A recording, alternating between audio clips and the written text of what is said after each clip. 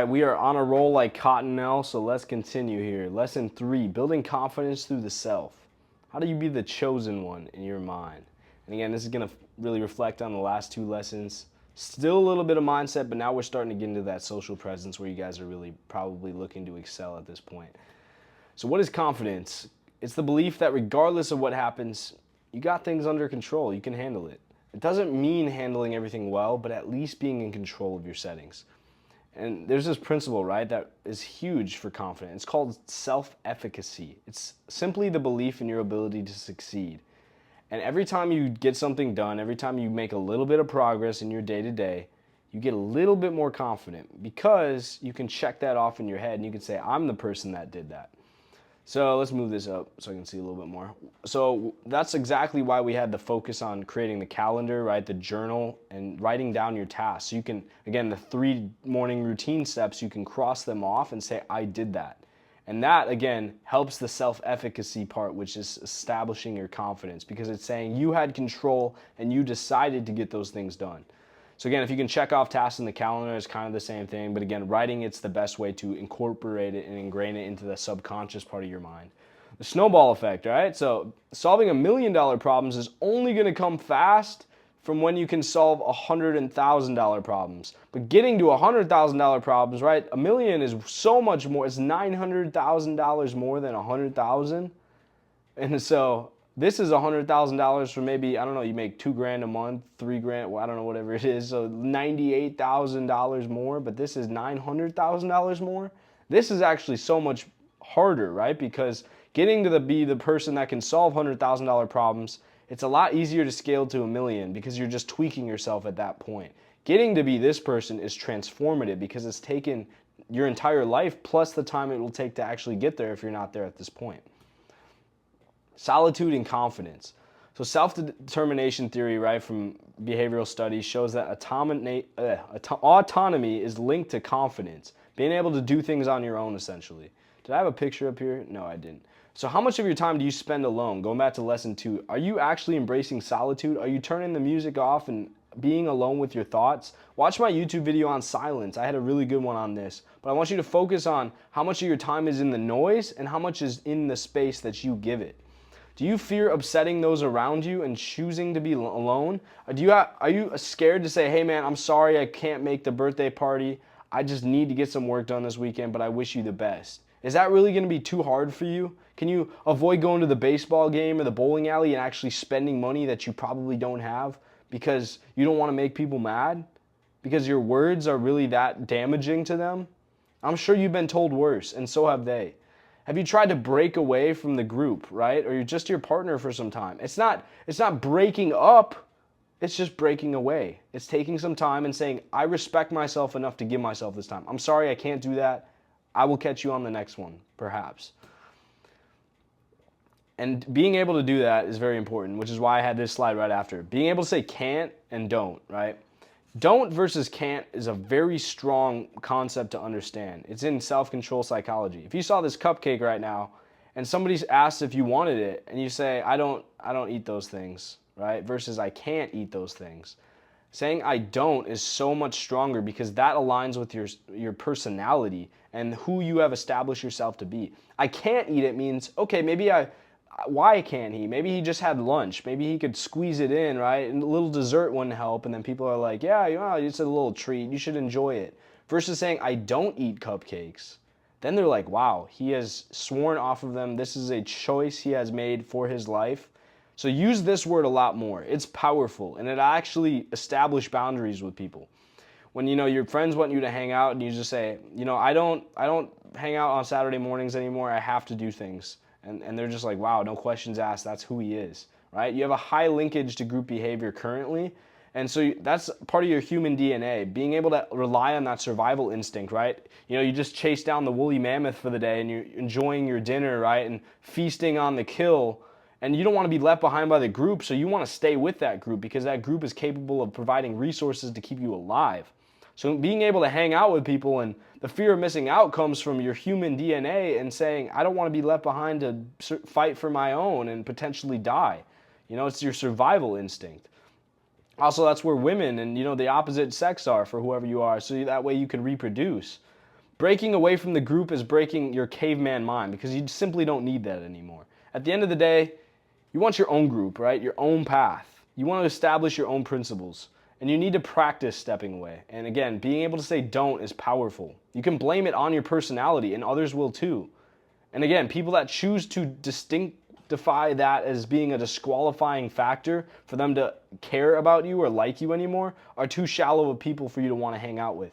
If they understand that you're doing it because you respect yourself and you're trying to elevate yourself to another level, right? Ascend, point of the community, then they shouldn't blame you for that. If they are, then they're not really your friend or somebody that should be considered closely in your life if they can't, have that explained to them. And so I want you to challenge comfort zones. How often has the group or partner that you've been with have you do things that you weren't sure of, right? Trying, to go to a new hobby that they like, your partner, right? That maybe you don't like. Because it's okay to have your own hobbies. Same with your friends. Your friends and you might like playing golf a lot, but does that also mean you're going to like the same movies? Probably not. So why do you need to go to the movie that they like to go to? You're going to have differences, and that's okay because that's part of what makes us human and what makes you unique from everyone else because you don't want to live the same life from everyone. How much do you give into that stuff, right? And the more you do, the more it happens. They know you don't respect yourself. The more you're like, oh, he likes... We took him to this Western movie, and he hates Western movies. He's usually like a horror movie kind of guy, or maybe an action movie kind of guy. Oh, we can drag him along to more Western movies that we like and waste his time further because he wanted to go to this one. They're going to keep inviting you if they think you don't respect yourself. So set the limits now and actually reclaim a significant amount of your time and time in the future. Being the life of the party is equal to the person that can be convinced to do anything. Oh, get up on the table and take a chug from the keg because you're the life of the party. You're the man, right? They're going to say all these labels to you. Or maybe you're the woman, right? You're that girl. You can go, get us, that table. You can go embarrass yourself in front of all the men that have all the money just trying to see if, we can get free drinks or whatever it's going to be. Don't let people use you for that stuff. Write a list right now on a blank piece of paper or your journal, right? Just use a page or today's page of things you're not going to do from this point forward. Just pick 3 things, right? So when asked to do them, maybe it's drink, gamble, and clubbing. Say you don't do that anymore, not that you can't. And I want you to check for their reactions. I want you to realize, wow, you don't? What do you mean you don't? You always did. Okay, well, I don't anymore. I've made the decision that that's not really who I want to be anymore. And I'm sorry. I know that's probably a little bit upsetting for the plans you made, but I'm trying to change. If you say that to them, I guarantee they're going to be okay with it. If they're not, then leave them behind because you really don't want that person in your life. Self-talk, right? We talked about this in mindset, but how many times do you hear your inner voice daily? You're probably, hearing it talk to yourself. Maybe still from the last slide. Oh, what do I want to do? What 3 things, are my best picks? So you're probably thinking in your head, you're probably saying words, or maybe when the silence from the video ends, or from the last video that ended when you had to answer the questions, you probably hear yourself physically speaking, but in your mind. You can hear your own voice. Do you read this text right here with your voice? Are you reading the slide in a voice that is the voice you also speak with? Often you can physically hear yourself reading, right? Same as the thoughts. But with that said, the words that, you might hear yourself speak, the tone of voice that I hear that in my head too when I read, but use that for good because that's 90% of the conversations you're having in life are the ones in your head that you're thinking through your thoughts. So make sure that voice you hear is a good one. You want it to be your mentor and coach. You got this. You can do the extra reps. You can pay those bills off. You can go make more money. Why can't you, right? Be that motivational coach because it's free. You don't have to pay someone else to do that for you. I know it's hard, but fake it until you make it because eventually if you become that person or you put enough of those thoughts in your head, it's going to become programmed, right? We talked about subconscious versus conscious. The words you give are the same as them, just as a coach or mentor. Replace the words, repeat them, and back them with action. Competence, right? It's linked to confidence. They also say competence makes confident. I want you to look at the Dunning-Kruger effect. You probably heard of this, maybe. If you haven't, I want you to think about how similar this is to the emotional cycle of change. Maybe you don't start here, but it's a little bit off, but it's a similar, right, structure. So competence, right, or maybe like the progress you make and the confidence or like how you feel is very close to the emotional cycle of change. right? You get started and you're like, wow, I can do this. I'm the best there ever was, because you saw just a little bit of progress from how short it took you to actually get started. And so oh, I'm the best ever. Maybe you're trading stocks, right? And you try to trade and you're like, wow, I just made $10. I'm the best in the world at this. I want to put $100 in. You put $100 in, that's what the stock does. It just crashes on you. And you're like, wow, maybe I'm not the best person in the world. And sometimes, right, that's the valley of despair. A lot of people give up then, or they'll transition. But when you start figuring things out, right, the Dunning-Kruger effect, as you become more confident or competent and you gain skill sets and solve problems, your competence goes up as well, and you escape that valley. Confidence doesn't mean being an expert, it means feeling like one. Find the skill to start building, right, that you think you suck at. Sales, public speaking, maybe it's cooking. Whatever you feel like embarrasses you the most, I want you to get comfortable practicing that skill. I hate sales. I love talking to people, but I feel so awkward when I'm pitching them a number that I feel like they don't want. But when I change it to say, hey, I'm just not good at this. They probably do want my number, but I just need to be the person that can get it across to them and help them realize how much they want it. Right? When I start changing those things, as we talked about in mindset, and I just start practicing, a lot more people than I think actually want what I have to sell. And as you notice the progress, acknowledge it out loud. Again, I would physically smile for 10 seconds like we talked about in mindset, or just write it in your journal. I'm so proud of myself for doing that. It's so cheesy, I know, but doing it will actually program the subconscious.